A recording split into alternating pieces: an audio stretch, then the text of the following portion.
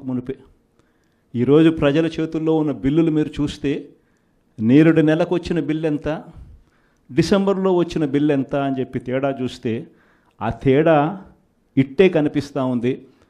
కనీసం ప్రతి బిల్లులోనూ కూడా విపరీతంగా నంబర్ కనిపిస్తూ, ఇది కూడా ఇంకా 15,000 పూర్తి బాధుడు కాదు, 6,000 కోట్ల బాధుడికే ఈ నెంబరు. ఇంకొక 9,000 కోట్ల రూపాయల బాధుడు ఈ నెల వేస్తూ ఉన్నాడు. అంటే రేపు నెల బిల్లులో ఇంకా 9,000 రూపాయల బాధుడు కూడా కనిపిస్తుంది. మరి ఇలాంటి పరిస్థితిలో బిల్లులు చూపించి మహిళలందరూ కూడా బిల్లులు చూపించి బిల్లులు కాలుస్తూ ఉన్న పరిస్థితి కనిపిస్తూ ఉంది నిరసన తెలుపుతూ. ఇలాంటి వారికి తోడుగా ఈసారి ఈ ప్రోగ్రాం నియోజకవర్గ స్థాయిలోకి వెళ్ళిపోతున్నాం.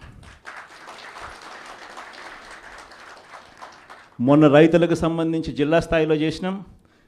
ఈసారి కరెంటు బిల్లులకు సంబంధించిన ప్రొటెస్ట్ కార్యక్రమం నియోజకవర్గ స్థాయిలోనే చేసే కార్యక్రమానికి ఈరోజు శ్రీకారం చుడతా ఉన్నాం.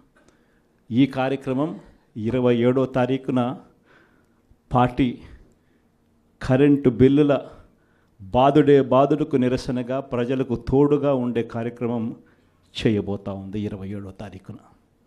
మళ్ళీ 3వ తారీఖున జనవరి 3వ తారీఖున చదువుకుంటున్న పిల్లల కోసం విద్యా దీవెన అందక, వసతి దీవెన రాక పిల్లలు చదువులు మానేస్తూ ఉన్న పరిస్థితి మొట్టమొదటిసారిగా కనిపిస్తూ ఉంది.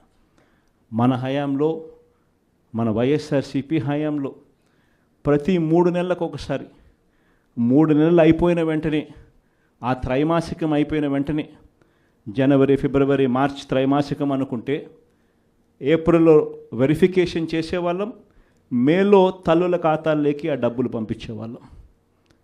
ఆ తల్లులు వెళ్ళి ఆ పిల్లలకు ఫీజులు కట్టేవాళ్ళు.